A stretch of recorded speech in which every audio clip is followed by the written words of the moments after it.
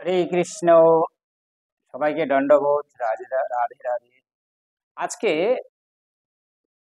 11ই আশ্বিন, 28শে September হচ্ছে আশ্বিন মাসের কৃষ্ণপক্ষিয়া একাদশী, ইন্দ্রা একাদশী। তো আশা করি আপনারা সবাই ভালো করে একাদশী ব্রত পালন করছে এবং একাদশী ব্রত পালন করুন। এবং যদি কেউ আপনাদের পড়োশী থাকে যারা একাদশী করে না, তাদেরকেও একাদশী করার জন্য আগ্রহ করুন। একাদশী করলে অনেক অনেক পুণ্যফল লাভ। এবং এই বিশেষ করে এই যে ইন্দ্র একাদশী, আজকে যে একাদশী, এই একাদশী আপনারা যদি কেউ করে থাকেন বা করেন এবং তার আপনার পুণ্য ফলে যদি আপনার বংশে কেউ নরক যন্ত্রণা বা নিম্নজনিতে জন্মগ্রহণ করে বা নিম্নজনি প্রাপ্ত হয় বা মানে নরক যন্ত্রণায় থাকে, সেও নরক থেকে উদ্ধার হয়। তো আজকে ইন্দ্রা একাদশী, যেহেতু ইন্দ্রা একাদশীর ব্রত মাহাত্ম্য কথাটা শ্রবণ করা যায় বা আমরা পাঠ করছি, আপনারা শ্রবণ। ইন্দ্রা একাদশী ব্রত মাহাত্ম্য কথাটা একটু শ্রবণ করে নেওয়া যায়। ইন্দ্রা একাদশী। মহারাজ যুধিষ্ঠির বলিলেন, হে মধুসূদন, আশ্বিন মাসে কৃষ্ণপক্ষে একাদশীর কি নাম তাহা কৃপাপূর্বক বর্ণন করুন। শ্রীকৃষ্ণ বলিলেন, হে রাজন, আশ্বিন মাসে এর একাদশী ইন্দ্রা নামে প্রসিদ্ধ। এই ব্রত প্রভাবে মহাপাপ বিনিষ্ট হয়, এমনকি কর্ম বিপাকে নিম্নজনি লাভ করিয়াছেন এরূপ পূর্বপুরুষগণেরও উত্তম গতি লাভ হইয়া থাকে। ইহার মাহাত্ম্য শ্রবণ মাত্রেই সামবেদ বিহিত যজ্ঞফল প্রাপ্ত হওয়া যায়। হে রাজন, মাহিষ্মতি দেশে ইন্দ্রসেন নামে একজন প্রসিদ্ধ রাজা ছিলেন। যথাবিধি ধর্মানুসারে রাজ্য পালনে তিনি বিশেষ খ্যাতি সম্পূর্ণ ছিলেন। তাহার ধন ধান্য পূর্ব বিপুল সম্পত্তি ছিল এবং পুত্র পুত্রাদি সহ তিনি সুখে কালযাপন করিতেন। বিষ্ণু ভক্তিপরায়ণ সেই রাজা সর্বদা শ্রী গোবিন্দ নাম গানে নিমগ্ন থাকিতেন। একদিন রাজা দুগ্ধ ফেনী নিভ শয্যায় শায়িত আছেন, এমন সময় দেবর্ষি নারদ স্বর্গ হইতে অবতরণ করিয়া তাহার নিকট উপস্থিত হইলেন।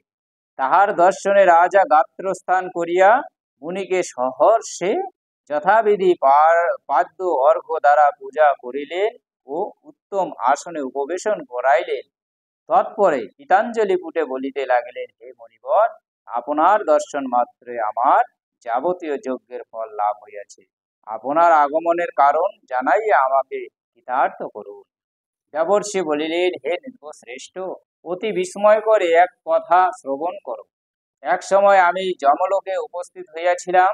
সেখানে যমরাজ সভায় দর্শন করিলাম ধর্মশীল ধর্ম প্রবর্তক সত্যবন্তগণ ব্রতের অঙ্গহানি দোষ হেতু বৈশ্বানরের উপাসনা করিতেছেন। তাহাদের মধ্যে তোমার পিতা ছিলেন। হে রাজন, তিনি আমাকে যে বাক্যগুলি বলিলেন তাহা মনোযোগ সহকারে শ্রবণ করো। তিনি বলিলেন, হে ব্রাহ্মণ, মাহিষ্মতি দেশের মহারাজ ইন্দ্রসেনকে বলিবেন যে আমি বহু পুণ্যানুষ্ঠান করিলেও কোনো কারণবশত জমালয়ে আসিতে বাধ্য হইয়াছি। আপনি কৃপাপূর্বক তাহাকে সর্বপাপ নাশক ইন্দ্রা ব্রত পালন করিতে বলিবেন।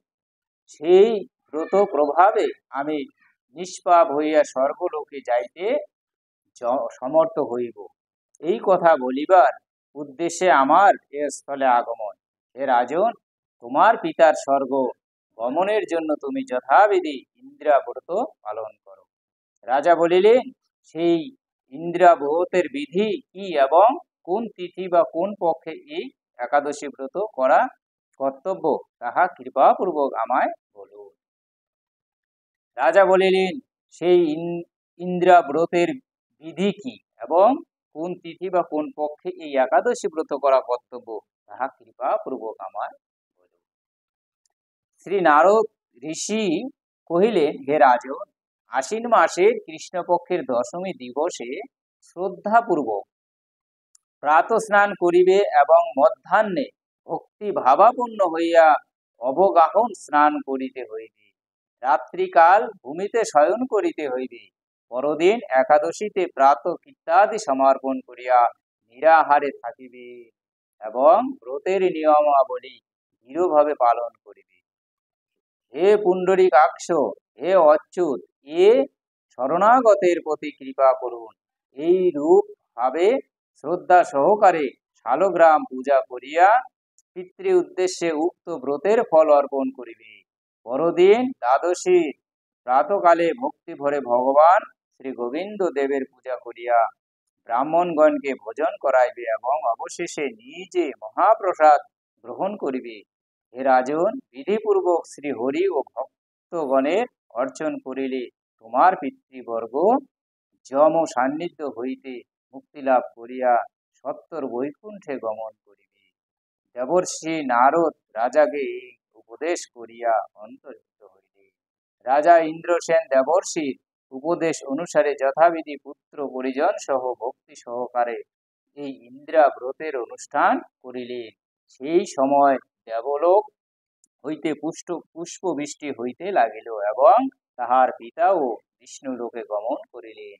রাজর্ষি ইন্দ্রসেন পশ্চাৎ নিজ পুত্রের নিকট রাজ্য সমর্পণ করিয়া স্বয়ং বিষ্ণুলোকে গমন করিলেন। এটা হলো ইন্দ্রা একাদশীর ব্রত মাহাত্ম্য। আপনারা একাদশীর দিন এই ব্রত মাহাত্ম্য কথাটা শ্রবণ করবেন এবং পঠন করবেন। এটাতে অনেক অনেক ফল লাভ হয়। তো সবাইকে অনুরোধ করব আমার ভিডিওটি বেশি করে শেয়ার করবেন এবং লাইক দেবেন। হরে কৃষ্ণ, দণ্ডবোধ।